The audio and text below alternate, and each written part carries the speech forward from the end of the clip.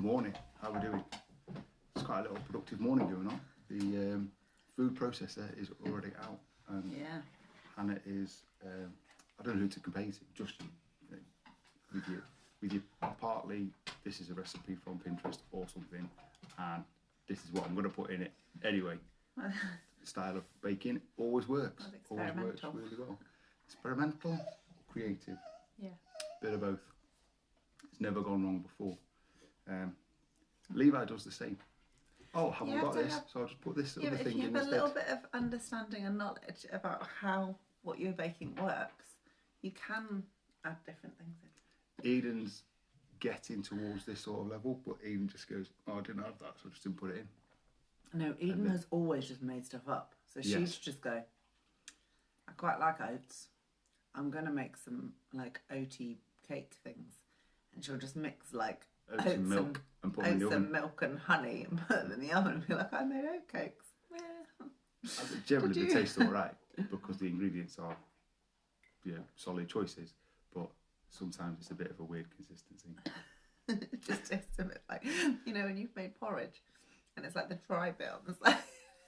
There's a bit of that, isn't there? Yeah, there we go. Oh, goodness. So I'm a little bit warm because I almost went out without a jacket on to take Finley and do my lunge and listen. And then when I was out, I was like, great, I didn't go without a jacket. Very briefly as I walked down the road, I was looking on Mountain Warehouse because I realised there was a big hole in the under the armpit from the jacket. I know it's a really cheap Pac-Man type one. Oh, so okay. It's okay, not that one. So that's cool. Ooh, and then did my lunge and listen. Not even sure how long it is. Did 3 sides of a small football pitch. Because don't do them too long. People have to have time to actually listen. I know. Well, they don't have to lunge the whole time I'm talking. No, I mean just. And then because partly didn't really know how to approach what we was going to talk about, and then as I started talking, it kind of came out a bit better. And I'm going to talk a little bit about it now because I'm actually pretty sure Hannah's going to have some good ideas, so I can actually post this with it. So it's basically talking about external factors and talking to people this week in terms of coaching and clients and things that have different things going on. And the first example I will talk about is someone who's got a very stressful and direct key worker job, and it's stressful enough before you then start to add things like having to wear PPE when actually you're in a communication role, and the fact that the people he is dealing with, he won't mind saying he's a police officer, and he won't, he talks about it anyway. I'm joking. He's also a custody sergeant, so they're literally coming and people are trying to spit at him, and first thing they'll say is, "I'm not going in, basically not going in a normal cell because I've definitely got coronavirus," and they can't say you have or you haven't, so then it's created a whole kind of another level of stress in his job. And he was saying, actually, I'm not feeling A1 in terms of doing my training and things, so well, ease it back, give yourself a little break. Don't stop, because he hasn't got the mentality to stop, but stop trying to keep on the level you've been working at. Also, I think if you stop altogether, that would have a negative impact, wouldn't it? That's what I said kind of at the end of my lunge and listen, was actually, sometimes it's good to ease off, and that might look like a complete easing off, or it might look just like an easing back for now. And then another example I talked about is someone else that I coach, and they have been really affected by what's going on in the world, just how they feel, and that's okay as well. In a sense, that's not something I've ever experienced where I've had something that is emotionally that stressful that I stop completely, but the only thing I can relate it to is for a good 2 to 3 months I just went through the motions after my dad died, and I just turned up and did stuff because I had to, rather than it being anything other than I've got this time at this place that I've got to do a spin class, or I'm going to do this workout with this person, and just did it. Didn't think anything of it. Wasn't very kind of into it, just went through the motions. That's because I have to. So if I didn't have to, probably I would have done a lot less stuff. So I get that as well. And I don't get it directly, but I get it. Yeah. And then there's other factors. Life is still kind of going on. I know people who either are or about to move house. And these external factors are very real. And we've got things we have to do in life. We're parents. We've got each other. Those things aren't going to go away. We've got work. That's not, in a sense, not going to go away. But we've only got so much capacity. And how do we have to prioritise what we're going to put our energy into. If our energy, our kind of spare energy, not that there is spare energy, you know what I'm saying, is having to go emotionally or physically in another direction. And basically I was just kind of saying, we've said before, be kind to yourself, ease it back, or keep it going, whatever works best for you. And what I did touch on Stay in or go out. Was that nutrition, keeping nutrition on track is usually a benefit, both emotionally and physically, but probably the hardest thing to do because you just want that quick kind of fix, and a lot of us default to that. That's not necessarily a bad thing, but it's in the long term not going to be helpful. I experienced that as well. Didn't eat very well and drank more often than I usually would in that period after my dad died, and ultimately got a little bit ill and then stopped because I realised I wasn't helping myself. So it's a hard one, which is why I kind of wanted to talk about it now and see what you thought. But there's no right or wrong answer, is there? You've said it all now. I've said all the examples. I've said all the things. Yeah, I don't know. I think we do only have a certain amount of capacity. Yeah. And everybody's capacity is different, right? Mm-hmm. And that's okay. I think it's really easy to look at people who have a really large capacity for doing stuff and coping emotionally, and and they're still doing loads of things and whatever, and compare ourselves against that. Yeah. We're all different. We're all different, and one person might have a really large capacity for one kind of thing, but actually there may be other areas they're struggling in or whatever. Yeah. And I do think that essentially it does come down to being kind to yourself and giving yourself a break, right? But at the same time, I think there's just practically some things you can put in place that are going to fill you up. So if you think about your kind of the emotional side of who you are, as though it's a bank, if you just keep making withdrawals, right, your bank's going to be empty, you ain't got nothing left. There has to be a way that you are also putting stuff in. So if, for example, you're going to work and for whatever reason, it's absolutely rinsing you, and then you just come home and just veg on the sofa and do nothing, and then go back to work the next day, you're gonna very quickly feel like you're in this horrible cycle. Just work. Yeah, and actually, because you're having to give out so much in that environment, and it could be any environment, it's not just work, it could be family, it could be like the emotional pressure of everything that's going on in the world at the moment, whatever it is, if all you're doing is giving out, whether that be to other people or just because your own emotions are so heightened, then there will be nothing left. Yeah. And you will get to a point where you crash and burn.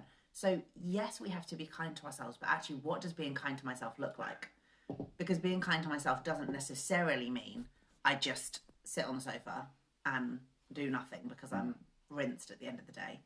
Actually, being kind to myself might mean that I have to plan my food for the week. I have to just be a bit more prepared to make sure that I'm going to get nutritious, healthy things.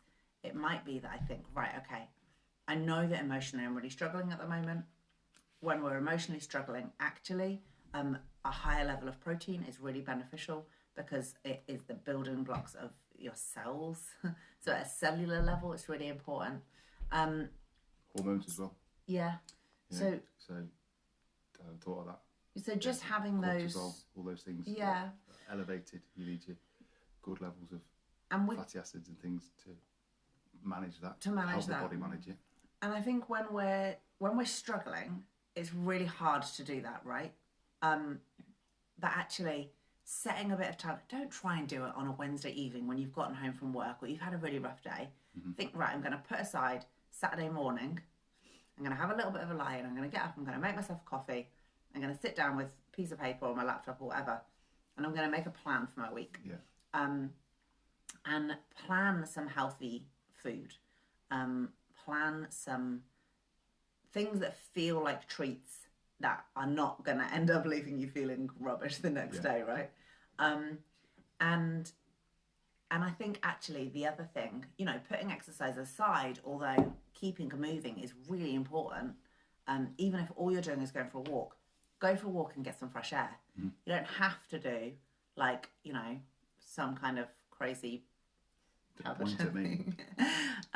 Although that's really good if you can, but because if emotionally you're drained, if you then physically drain yourself, that can leave you in a bit of a state. So, but keep moving. Go for a walk. Go for a bike ride. Do fun stuff outdoors, preferably. That's gonna kind of fill you up from that perspective. And then I think spending a little bit of time every day where you can maybe just kind of journal a little bit, or even just read something that's going to inspire you or kind of give you some really good ideas. That kind of thing is really helpful. And so those three things I'd say, like, plan out some really good nutrition for the week, but simple, make sure you're still moving and getting sleep. Yeah. And make sure that you're having time where you're filling yourself back up, whether that's through something like journaling or reading good things or listening to good podcasts. Yeah. Music helps me. Yeah. Just listening to music. That can be a big help. And we can add that. You can add that to going for a walk. Things like that. So, yeah, it's kind of in a little roundabout way, knowing yourself and knowing what's going to be beneficial. And if you don't know yourself, try some stuff. Yeah. That's all right. If you don't like, we don't always. It takes time to get to know. And things change over time as well. What used to, well, in terms of capacity, they used to have maybe in 20s when we had a job and still go out with the mates on midweek and the weekend and all that sort of stuff. That changes. I call it becoming an adult. I don't think I became an adult until I was 38, but in terms of taking responsibility and realising actually what my priorities are and what really deserve my focus, rather than in a sense being resistant to having those priorities. In a sense, they were forced on me. They were all choices, but taking full responsibility Just for those growing choices. up, man. Yeah. Like, I don't think you don't get prepared for it very well. What's That's the my term? main Term thing is wanting is, to teach my kids how to term grow is up well. man-child, isn't it? And Yes. I think people, actors like Vince Vaughn, have played this character quite often, where they basically carry on like a single early 20s man, but they're actually now in their late 30s, 40s or whatever. There's still with Jonas Francis, isn't there, about that? And he eventually realises actually he's better off taking some elements of his life more seriously, and gets more out of it that way. In this really amusing, run amok kind of way, where everybody ends up all right. It's kind of different. In real life, people realise it because they do end had up, a breakdown. They do end, but they do end up separated. As in, they're in a relationship and they end up not in a relationship, and that's in a sense better off for them. Much more sad film if they slightly different character to the one he plays in Mr. and Mrs. Smith, which is basically encouraging Brad Pitt's character to definitely shoot his wife. Who was also trying to shoot him. So it's kind of like film, it's but it always makes me sad because that was when Brad did the dirty on Jen. Yeah. And now they're friends again. Oh, I know. Now they're friends again. It's a beautiful thing. It makes it sound like we really followed the story. Yeah. We didn't. Yeah, so, I think because they were so high profile, even social media wasn't that big then, but it was everywhere, wasn't it? Yeah. Oh man. Anyway, yes, in a sense that's not real life. It is real life. It's their real life, but we don't earn a few million for turning up and pretending to be somebody else on the camera, just us, but we don't get anything. You could. In fact, I mean, that's true. Hannah could. She should have got to drama college. Should have. I shouldn't have, because then I wouldn't have met you. That's true. We were talking about this the other day. You know, if I'd have done really well in my A levels, which I didn't do terribly, but I didn't do what I needed to do to become a vet, I don't think I would have met Hannah. No. So, you know, And if you had, I'm not being funny, but you sounded like you were a bit of a tool, so we probably wouldn't have got together. no, by then I would have been a vet and working hard. And then he would have thought that he was all that in a bag of potato chips. It's true. It's true. Sometimes life has to bring you down a bit so you can bring yourself back up a little bit or whatever. And I'd have gone, no. No, thank you. No. You'd have married some like horsey looking lady. Looking. Like, horsey people. Horse face. So bad. So rude. On that bombshell, I'm going to go now. And I'm just shocked, devastated. Only because you were like hung out in the horsey things and you'd have ended up with You more, are drawn to even people more with the horsey same people. interests, clearly. Yeah, and sometimes people who are drawn to horses. Yeah. I suppose like vets are kind of like the firemen to people with pets and animals, aren't they? In that sense. Especially me, obviously. 'Cause I'm really good Only what's his face? Who? The bionic vet.